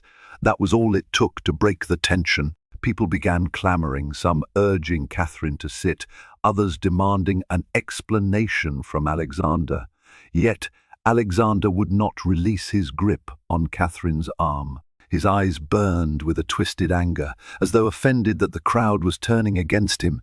Desperate to regain control, Alexander barked at the staff to turn the lights back on. The bright fluorescence flooded the room, revealing the tears on Catherine's face, the fury in Gregory's eyes, the smug pride in Serena's posture. Without thinking, Catherine wrenched herself free from Alexander's hold. She cradled her belly, trembling with shock and adrenaline. As the tumult escalated, Catherine fled from the table. A sea of onlookers parted for her, eyes filled with pity, confusion, or condemnation. Her entire world felt as though it were cracking apart. She couldn't grasp that the father of her unborn child had let another woman strike her, then demanded that she apologize. It was as if all those nights she spent doubting his loyalty, all those fleeting hopes that he would be the man she once loved, had been violently ripped away in a single, brutal moment. Catherine fled to the hotel's powder room, tears burning her eyes. Her heart pounded so violently she feared for her child's safety. Splashes of water on her cheeks did little to soothe the sting of Serena's slap or the deeper ache of betrayal. Yet even as she trembled, the baby moved inside her, a gentle reminder of why she needed to remain strong. Outside, the ballroom was in chaos. Alexander's personal assistant frantically tried to manage guests' outrage, offering excuses that this was a family misunderstanding. Gregory, furious but not wanting a larger public scandal, demanded Alexander accompany him to a private conference room. Serena lingered, as if hoping for an invitation to follow, but none was forthcoming. She feigned a hurt expression, crossing her arms defensively, eventually retreating into the shadows. People parted in the hallway, stepping aside for Gregory and Alexander. Through hushed exchanges, bits of the confrontation leaked. Gregory was reprimanding his son for orchestrating a catastrophic fiasco that could irreversibly damage the Harrington reputation. In the powder room, Catherine steadied herself against the marble sink. Natalie Brown, who had bravely spoken up, entered, gently placing a hand on Catherine's shoulder. "Are you okay?" she asked, her voice soft yet urgent. Catherine let out a shaky breath. "I don't know. I don't know who he is anymore. And with the baby coming..." She broke off, tears threatening to spill again. Natalie rummaged in her purse and pulled out a tissue, dabbing at Catherine's cheek. "You don't deserve this. I can't believe he did that in front of everyone." The door swung open again, revealing another concerned face, Thomas Morgan, a longtime family friend who also served as Catherine's personal legal advisor. He wasn't just any attorney, he specialized in estate matters for wealthy families, and he'd known Catherine's family before her marriage to Alexander. Thomas paused, clearly uncertain if his presence was welcome. "Catherine," he began, his voice solemn, "I can't begin to express how sorry I am for what happened. I was across the room when Serena hit you. By the time I got close, you'd already run off. She mustered a sad smile. "Thomas, you've always been fair. I know you probably have to consider your duties to the Harringtons." He shook his head. "Right now, my duty is to make sure you and your child are safe. The Harrington name won't mean anything if something happens to you." Catherine's tears finally subsided enough for her to think clearly. The faint hum of her anger kept her from collapsing into despair. "Alexander wants me to apologize to his mistress," she said, her voice shaking. "He's gone too far." Thomas's eyes narrowed. "You have every right to walk out of here and never look back, Catherine. You could file assault charges against Serena. She hit you. There are at least 50 witnesses." She nodded, her mind racing with possibilities. "But do I really want to draw the entire Harrington empire into a legal battle?" She hesitated, fear gripping her. "I need to protect my baby. If I walk away right now, how do I secure a future for my child without them controlling everything?" Natalie interjected. "You're strong enough to raise this child alone, if it comes to that. You have your own inheritance, your own family. You don't need them." Thomas placed a hand gently on Catherine's arm. "Ultimately, it's your choice, but do not let them bully you into apologizing. That's absurd. We can figure out the legal aspects later. Your immediate safety is paramount." Before Catherine could respond, another staff member entered the powder room timidly, apologizing profusely for the intrusion. "Miss S. Harrington, Mr. Harrington requests your presence in the private lounge upstairs." She swallowed hard. He said, "It's urgent." A storm of conflicting emotions raged within Catherine: fear, anger, the slightest flicker of relief that Alexander might want to rectify this nightmare. Yet experience warned her that Alexander rarely sought reconciliation on anyone else's terms. Still, she was carrying his child, and if there was any sliver of hope that he might show remorse, she needed to find out. Natalie and Thomas insisted on accompanying Catherine. As they ascended a plush spiral staircase toward a secluded lounge, the guests below were still buzzing with chatter about the shocking slap. The Harrington staff did their best to calm the gossip, but phones were already out, capturing the aftermath on social media. The name Alexander Harrington would soon be splashed across every gossip website and tabloid. At the top of the stairs, they arrived at a heavy mahogany door guarded by 2 security personnel. One stepped aside, opening the door to reveal an intimate lounge area with leather chairs arranged around a fireplace. Gregory stood off to the side, arms crossed, brow furrowed. Alexander paced near the fireplace, running a hand through his hair in frustration. As Catherine, Natalie, and Thomas entered, Gregory gestured for the staff to close the door, leaving them in tense privacy. Alexander spoke first, his voice taut. "Catherine, I'm so sorry about the scene. It wasn't supposed to happen like that." She swallowed, fighting to maintain a steady tone. "But you let it happen. You let your mistress slap me. You demanded that I apologize to her. That goes beyond just a scene, Alexander. That's cruelty." Alexander's eyes flickered with annoyance, as if her words were an imposition on his carefully crafted narrative. "Things got out of hand. Serena was jealous. She thought you were trying to undermine her presence. She's your mistress, Alexander," Catherine said, her voice quavering in anger. "I'm your wife, pregnant with your child. The only person undermined here is me and our baby." Gregory intervened, his tone harsh. "This fiasco is catastrophic for the Harrington name. Alexander, you should have handled this discreetly. If I had known you planned to bring that woman here, I would have put a stop to it immediately." He then shifted his gaze to Catherine. "Nevertheless, Catherine, we have to control the fallout.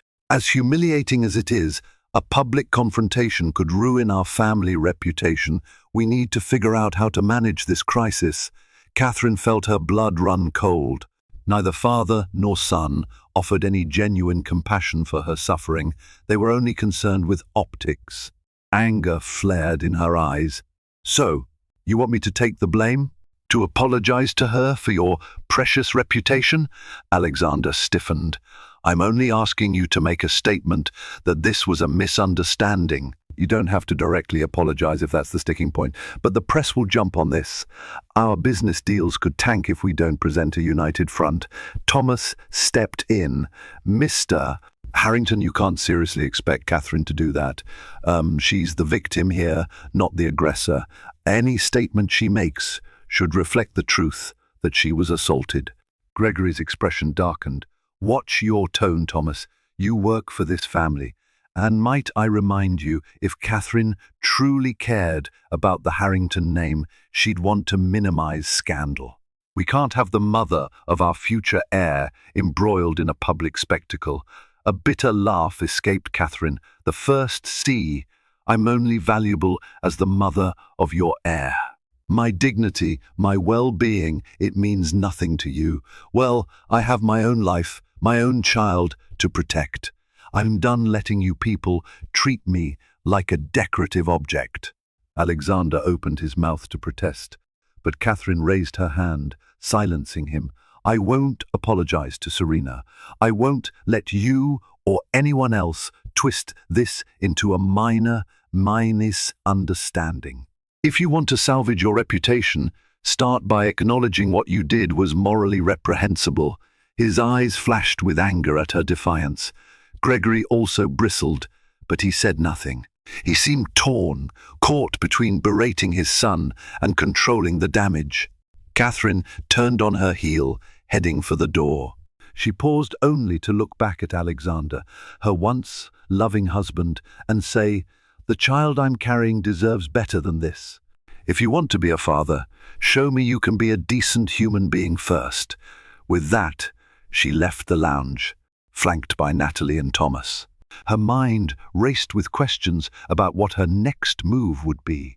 She had defied them in a way she never thought possible, and although fear still coursed through her veins, a flicker of resolve lit up in her chest. The storm was far from over, but she was determined she would not cower under the Harrington name anymore. Catherine returned to the penthouse that night, escorted by Natalie and Thomas. The car ride was tense and silent, punctured only by Catherine's shaky breaths. When they arrived, the doorman, usually brimming with polite greetings, was subdued, as though word had already reached him about the scandal at Harrington Hall Hotel. Inside, the penthouse felt colder, emptier. Catherine retreated to the master bedroom, away from the prying eyes of the household staff. Natalie gently helped Catherine out of her evening gown, revealing the reddened imprint on her cheek. A mixture of compassion and anger flashed in Natalie's eyes. "Does it still hurt?" "A bit," Catherine admitted, her voice hoarse from crying, "but not as much as everything else." Thomas waited in the living room, pacing near the panoramic windows that overlooked the Thames. Once Catherine had changed into more comfortable clothes, a loose-fitting dress to accommodate her pregnant belly, she returned to find Thomas rummaging through a folder of legal documents. He looked up, his brow furrowed. "Catherine, we need to talk about your options," he said, motioning for her to sit. "Alexander and Gregory will try to control the narrative. If you want to protect yourself and your baby, you need to be prepared." Catherine nodded, her hands pressed protectively over her belly. "I'm listening." Thomas outlined a few potential strategies. One involved filing assault charges against Serena, leveraging the witness accounts. Another was seeking a restraining order if Catherine felt threatened. He also mentioned the possibility of a separation or even divorce proceedings, though he admitted going up against the Harrington legal team wouldn't be easy. The Harringtons had a history of lengthy, expensive litigation designed to wear down opponents. "The child complicates things," Thomas explained gently. "You have the right to secure child support and partial custody. However, the Harrington family name might try to push for full or majority custody if you separate from Alexander. They'll claim the child belongs in the Harrington dynasty. It's archaic, but they have immense resources. Catherine's eyes glistened with fresh tears, though she forced them back. I can't let them take my child. Her voice trembled. Is there a way to guarantee they won't be able to do that? Thomas chose his words carefully. You can't guarantee it, but you can fight it. You have your own inheritance and a potential network of supporters. The assault witnessed tonight could help your case, especially if Alexander publicly sided with the aggressor. Natalie placed a reassuring hand on Catherine's shoulder. You don't have to do this alone. I'll help in any way I can. And Thomas will too. A sense of resolve mixed with weariness filled Catherine. I want to ensure my baby has a secure, loving home. If Alexander can't give that, then I'll do it on my own. Thomas handed Catherine a few documents to review. They were preliminary steps, a record of the assault, a letter of her intent to separate, and some financial documents he had procured that detailed the accounts Catherine had access to. At first, the text blurred in front of her eyes, her mind still reeling from the night's events. Eventually, she signed the preliminary statements, feeling a strange mix of relief and sorrow.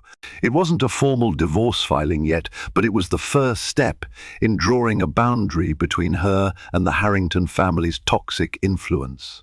The hours crept toward dawn, and Natalie urged Catherine to get some rest.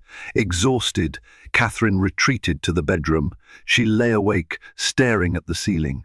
Outside, the city glowed under distant stars, oblivious to the storm raging in her life. She tried to connect with the gentle movements of her baby, whispering reassurances she wasn't sure she believed. A swirl of half-formed questions crowded her thoughts. What would tomorrow bring? Would Alexander escalate his manipulations? Would Gregory unleash the family's formidable legal arsenal? And perhaps the most painful question of all, had Alexander ever truly loved her, or was she just a convenient pawn in his drive for status? Eventually, Catherine fell into a restless sleep. She dreamed of a small child standing on a lonely stretch of beach, staring out at a tumultuous sea. The sky was dark, the clouds swirling with ominous intensity. She called out to the child, but her voice was swallowed by the roar of the waves. Then she jolted awake, heart pounding. It was morning. Downstairs, she discovered the house staff had prepared breakfast. Though her stomach churned, she forced down a few bites of toast for the baby's sake. Natalie and Thomas had left to gather more resources. Meanwhile, the penthouse was eerily quiet, as if the building itself was waiting for the next blow. Mid-morning brought it in the form of a phone call from Gregory Harrington. Catherine stared at the phone's caller ID, debating whether to ignore it. Finally, she answered.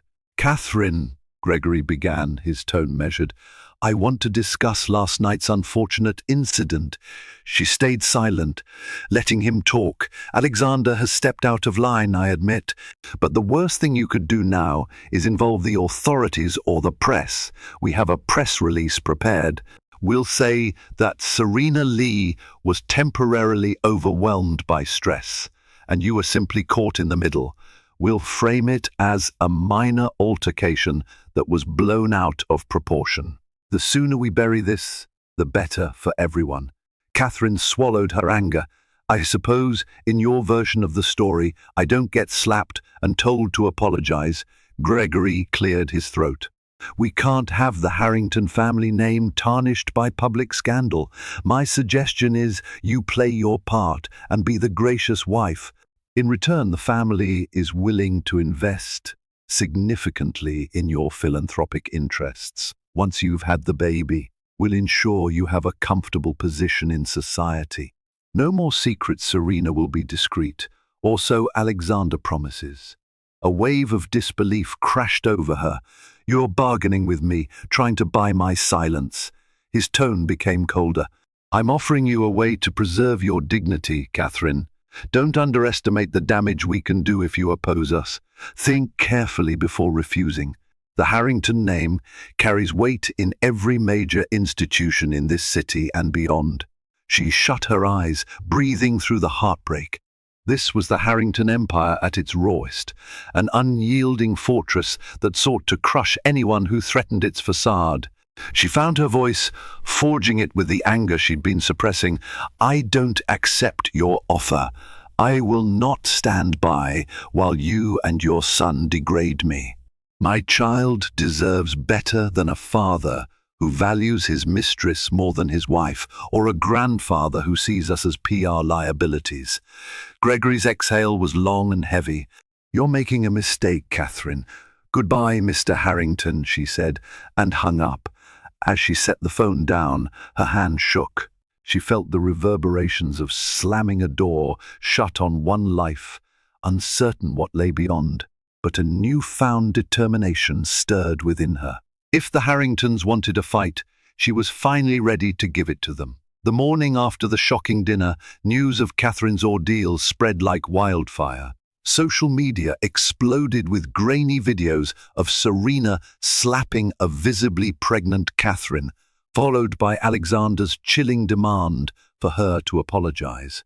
Hashtags like #HarringtonScandal and #PregnantWifeAbuse began trending, turning the once revered millionaire into a public villain overnight. Tabloids fed the frenzy with lurid headlines: "Millionaire lets mistress attack expectant wife," while online forums dissected every second of the now viral footage.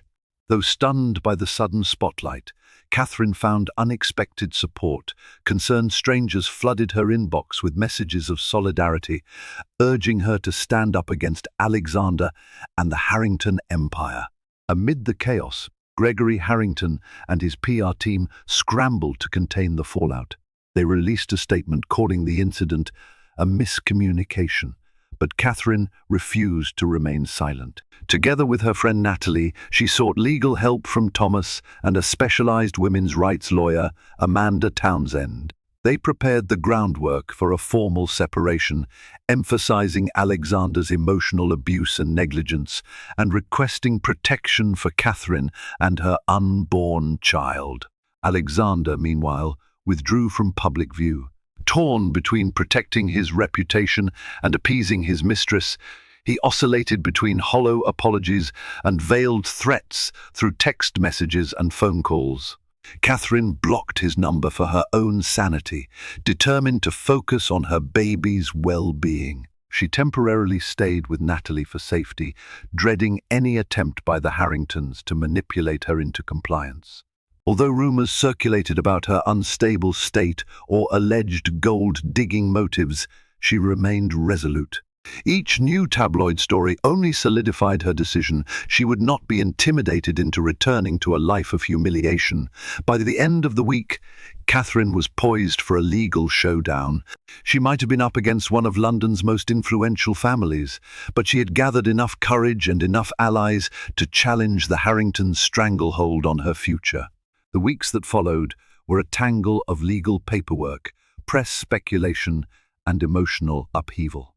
Catherine officially filed for separation, requesting a substantial restraining order to keep Serena Lee away from her. In the aftermath of the scandalous dinner, new revelations dripped into the media, rumors of Alexander's past infidelities, glimpses into his extravagant spending on Serena, and insider accounts of how Gregory Harrington manipulated family members for the sake of the Harrington brand. Alexander's PR team tried to shield him from the worst blows, but social media was relentless. The once admired millionaire was now lambasted as a heartless husband who let his pregnant wife be assaulted. Sponsors pulled out of his upcoming ventures. Stock prices in Harrington Global Holdings wobbled, reflecting public distrust. Gregory Harrington seethed at the negative fallout. He pressured Alexander to fix the situation, even hinting that Alexander's shares in the company could be jeopardized if he failed.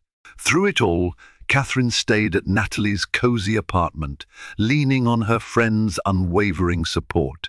She continued attending medical checkups, ensuring her baby remained healthy. Thomas and Amanda worked tirelessly to keep Catherine's legal position strong. They managed to secure a hearing date to finalize a formal custody and property arrangement. One brisk morning, Catherine opened her email to find a message from a local women's advocacy group, Women Rising. They offered to publicly support her case, praising her courage in standing against both spousal and emotional abuse. They wanted to arrange a discreet meeting to discuss how Catherine's story could help other women in similar situations. For a moment, she hesitated. Her life was already under so much scrutiny.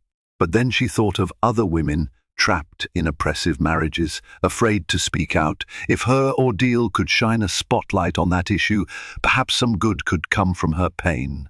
She agreed to meet with the group's spokesperson, a poised and empathetic woman named Rachel Bloom. They arranged a quiet luncheon in a private setting. Over sandwiches and tea, Rachel listened intently to Catherine's story, occasionally jotting notes, but mostly offering empathy and encouragement. "Your situation is sadly not unique among wealthy circles," Rachel explained. "Money often amplifies control issues. The Harrington name might be powerful, but you're not the first person who stood up to a family empire." Catherine mustered a small smile. "Sometimes it feels like I'm the only one going through this. I worry about my child's future." Rachel reached across the table, giving Catherine's hand a gentle squeeze. "By coming forward, you're helping many who feel silenced by their abusers. We can start a fund to provide legal support for women in similarly precarious positions.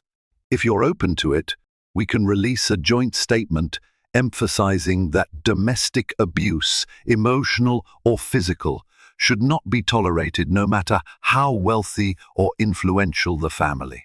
Catherine pondered the proposal. The idea of using her story to enact real change stirred a sense of purpose within her.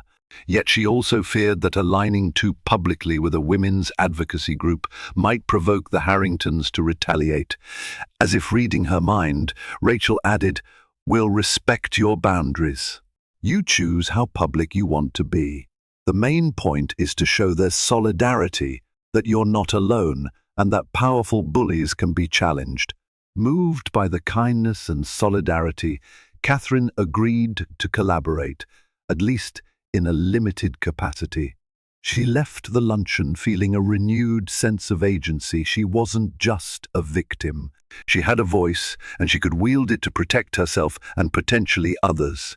That evening, Catherine updated Natalie, Thomas, and Amanda about her meeting with Women Rising. While Thomas cautioned that going public might provoke Alexander or Gregory to intensify their legal games, Amanda believed it could be a strategic advantage.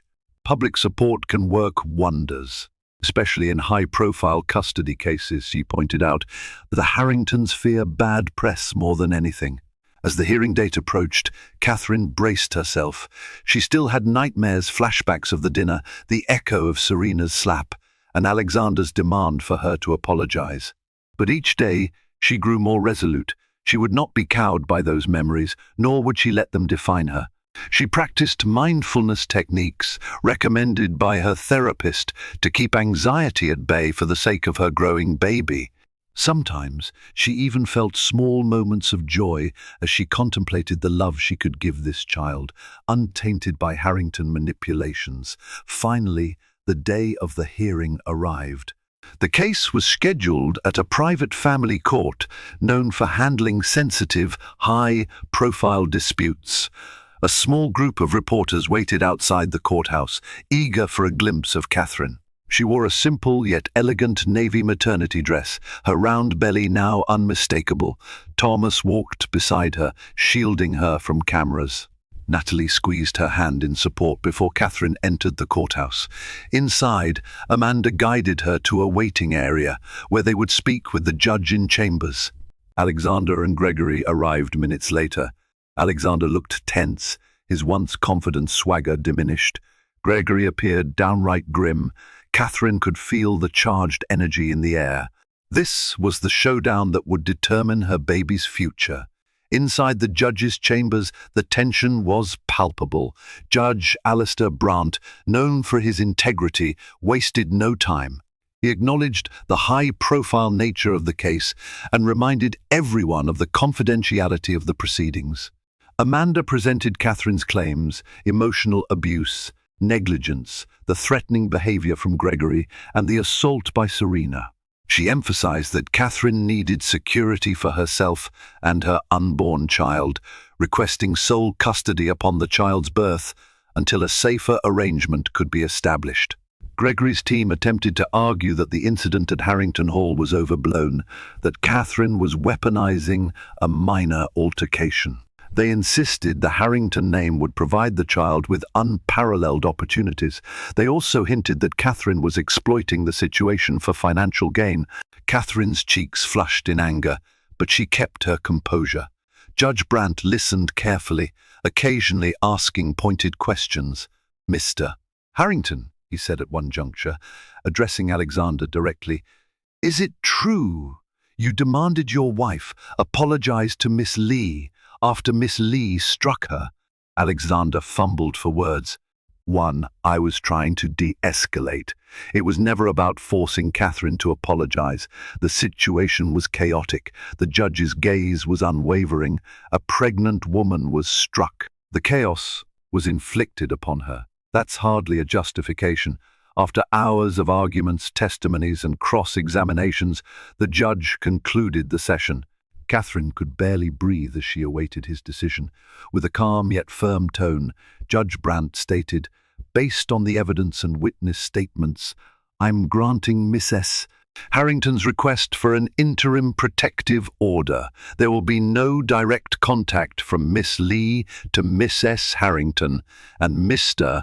Harrington will have limited supervised visitation rights after the baby is born pending psychological evaluations. The final custody and separation terms will be set at a later hearing, but this arrangement will remain in place until then." A surge of relief flooded Catherine. Alexander slumped slightly, looking defeated. Gregory clenched his jaw, fury evident but contained under the watchful eye of the judge. The Harrington legal team conferred among themselves, likely planning an appeal. But for now, Catherine had a measure of protection. As she left the courtroom, Catherine felt a wave of emotion wash over her. She wasn't naive. She knew the battle wasn't fully won. There would be more negotiations, more attempts by the Harringtons to undermine her. But for the first time since that disastrous dinner, she felt genuinely hopeful. She had taken a stand, not just for herself, but for her unborn child's right to grow up without the crushing influence of a toxic empire. In the subsequent months, Catherine's pregnancy advanced steadily. Each ultrasound and doctor's appointment brought her closer to the reality of becoming a mother. She found solace in designing a small nursery in Natalie's spare room, filling it with soft toys, neutral-colored blankets, and simple decorations. She used the moment to reclaim joy, focusing on the life she was bringing into the world rather than the ongoing legal strife. Alexander complied, albeit grudgingly, with the court's interim protective order. He reached out through lawyers, occasionally expressing a desire to attend birthing classes or visit a prenatal session, but Catherine kept her distance. She agreed to let him observe an ultrasound appointment once, under supervision, but the emotional tension was too high. She wanted peace, and each contact with him reopened wounds that hadn't fully healed. Gregory, furious at the Harrington name's tarnishing, tried various strategies behind the scenes. He spoke to Catherine's relatives and longtime acquaintances, trying to pressure them to counsel her into reconciling. When that failed, he used the Harrington corporate channels to spread rumors that Catherine was mentally unstable, insinuating postpartum depression in advance, hoping to cast doubt on her parenting capabilities. But Catherine had built enough evidence, witness statements, supportive expert opinions, that these ploys did little to sway the court. Meanwhile, Catherine's collaboration with Women Rising gained momentum. She participated in a discreet roundtable discussion about emotional and psychological abuse in high society families, sharing her experience without divulging sensitive details of her ongoing case.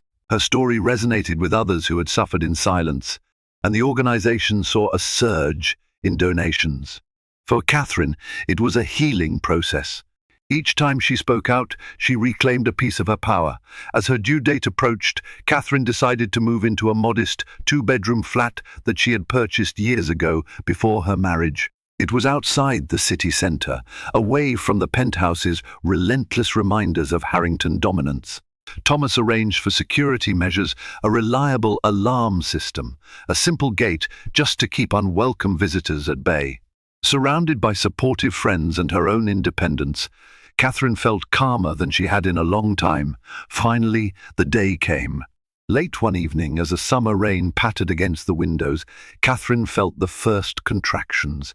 She was alone in her small living room, watching a documentary to distract herself from the swirl of thoughts about the impending birth.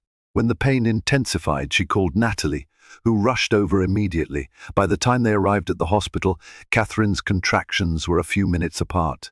Nurses whisked her into a labor ward, hooking her up to monitors. Thomas arrived soon after, eager to support her in any way he could, even if it was just pacing the hallway and handling administrative details. Throughout the night, Catherine labored, clutching Natalie's hand, breathing through the waves of pain. Every contraction reminded her of why she had fought so hard to give this child a chance at a life free from oppression. After hours of exertion, the baby's cries finally pierced the air. With tears of overwhelming relief, Catherine held her newborn daughter, who squirmed and wailed, tiny fists shaking at the newness of the world. She named her Aurora, inspired by the idea of a dawn breaking after a long, dark night. Aurora Harrington was small but strong, her dark eyes already inquisitive. The nurses cooed over her, and Natalie snapped a few photos that captured Catherine's exhausted yet radiant smile. Word reached Alexander, who had insisted on updates through the hospital staff. Whether out of genuine parental concern or Harrington family pressure, he arrived at the hospital early the next morning, accompanied by a neutral mediator from the court. Catherine agreed to let him see Aurora briefly, on the condition that she had final say in the timing and duration of the visit. In the soft light of the hospital room, Alexander approached the bassinet. Aurora lay sleeping, swaddled in a pale yellow blanket. Catherine's heart clenched with conflicting emotions. This was Aurora's father, the man she had once loved, who had betrayed her in front of the world. Would he ever truly change? Could he be a decent father, despite his flaws? He peered down at the infant, his expression raw and unguarded. For a moment, Catherine glimpsed genuine awe in his eyes, a quiet softness she hadn't seen in a long time. He didn't speak, perhaps fearing any words would be inadequate. Carefully, under the watchful gaze of the mediator, he reached out to touch Aurora's tiny hand. The baby shifted in her swaddle, her fingers reflexively curling around one of his. Catherine observed the moment, heart pounding. She wanted to protect Aurora fiercely, yet she recognized that this child had a father, flawed as he was. Part of her prayed that fatherhood might spark a transformation in Alexander, but her experience warned her to remain cautious. After a few minutes, Alexander cleared his throat. "She's beautiful," he said softly. "She looks like you." Catherine nodded, tears forming. "I'm not sure whose nose she has yet," she said, trying to lighten the moment, but her voice came out shaky. She pulled Aurora closer to her, mindful of how vulnerable this newborn was. The mediator gently gestured toward the corridor, indicating Alexander's visitation was nearing its limit under the court order. Alexander lingered for a heartbeat longer, then withdrew. "I hope one day I can prove I'm not the monster people think I am," he murmured, casting a wistful glance at Aurora before stepping out. Catherine exhaled, relief mingling with sorrow. She gazed down at her daughter. Whatever the future held, shared custody, further legal battles, or a measured co-parenting arrangement, she knew she had made the right choice in standing up for herself. Aurora deserved a mother who refused to be silenced. She vowed never to let her child grow up believing that love was synonymous with control or abuse. In the days that followed, Catherine basked in the haze of new motherhood, focusing on feeding, changing, and learning to decode Aurora's cries. Friends dropped by with flowers and congratulatory notes. Women Rising sent a care package filled with baby essentials. Online, public sympathy favored Catherine, celebrating her bravery and new journey as a single mother. The Harrington clan remained distant, entangled in damage control efforts. At last, Catherine left the hospital, cradling Aurora in her arms. She stepped into a taxi that would take them to their modest flat, far from the gilded cage of the Harrington penthouse. A fresh breeze rushed in as the car gained speed, and Catherine felt something akin to hope blossoming within her chest. She leaned down to kiss Aurora's forehead, whispering softly, "We're free now, my love. The rest of our story is ours to write." Catherine's journey from a silenced wife to a determined mother has only just begun, yet she has already reclaimed her dignity and shaped a safer future for her child. While echoes of the Harrington name and its vast influence linger, Catherine's unwavering courage and a community of supporters have proven stronger than the forces trying to keep her bound. She refused to accept a life of cruelty, even when it meant turning away from luxury and facing the daunting power of one of London's most formidable families. To follow Catherine's story is to witness a woman shatter the illusion of obedience, stand up to betrayal, and become a fierce protector of her child's innocence. If this story resonates with you, please show your support. Like this video, share it with those who might need to hear it, and subscribe to our channel for more compelling real-life drama. Your voice matters. Let's use it.